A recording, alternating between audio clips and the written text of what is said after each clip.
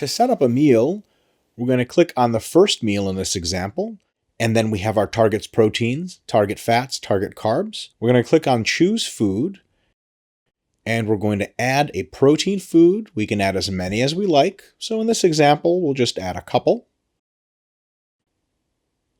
And then we'll hit Done, and that'll take us back to the main screen. And as you can see, the amounts auto-adjust to give us exactly as much protein as we need. Then we can move on to the fats. We're going to add food, add whatever fats we like for that meal. And we'll hit Done. And then it's time to add the carbs, so we click on number 3, Carbs. And first, we'll probably add veggies. And we can add as many veggies there as we like. We'll hit Done there. We're going to add some high-density carbs, which are the carbs that have the most calories per the amount of weight of food, something nice and filling. We'll take a banana, for example. And then, as you can tell, the amount for the banana is 1.5, but let's say we want 1 banana, so we just take the scroll bar and we shift it all the way down. And as you can see, the amount of banana goes down until we're at 1 large banana, and then we're good to go. We'll add some low-density carbs as well. These are mostly fruits of various kinds, keep you nice and full on a diet. We'll just add 1 for this example, but you can add as many as you like. Once we have our meal done, we can look through everything. We can hit the Done button.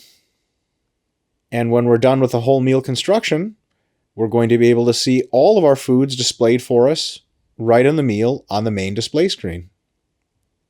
And that's it. When we want to edit a meal, we're going to click on that meal and then hit Edit at the top right-hand corner. And let's say we want to change some stuff around. We might want to move some proteins around. We're going to unclick the protein sources we do have, for example. And we're going to scroll down for a little and find the protein sources we want. Maybe we're in the mood for sausage and perhaps some milk. So we click on all the choices we want, and we hit Done. And notice the protein's not high enough, so what we're going to do is move the sausage up, in this case, because we want more of it, to jack the protein all the way up to meet its total requirements. Then we have a little bit of a problem. We have too much fat. So what we're going to do is go into the fats next, and because the sausages have a higher level of fat, we're just going to get rid of the avocados altogether. You can try to reduce them too if you want, and all of a sudden, boom, that balances everything out, and we're done with that meal.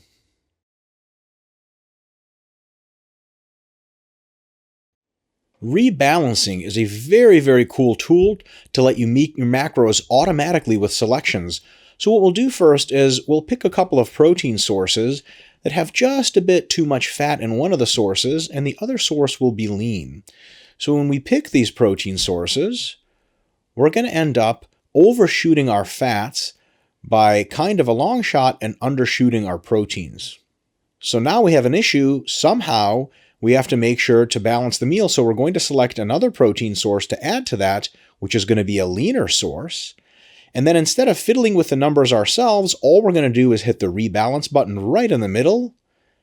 And through the magic of artificial intelligence, voila, our macros are met and we're good to go.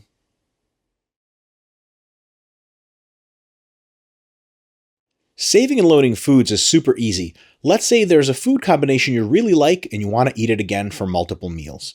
When you make that meal, what you're going to do is hit Save Food Combination, and then you're going to name that food or that combination of foods for another time. So that meal is going to be called chicken and rice, for example, and you can name it whatever you want. I'm going to click Save. Once we have it saved, it's going to be on file forever. So what we can do is navigate to pretty much any other meal of the day with remotely similar macros. And if the macros don't match up, the app will notify you. So we're going to go to the 3:45 p.m. meal, and let's say we want to eat our chicken and rice meal, but have it auto-adjust to the new macros by toggling the foods. All we do is go to Load Food Combination. There's chicken and rice. We click on it. And voila, chicken and rice loaded and perfectly planned for the exact macros that we need.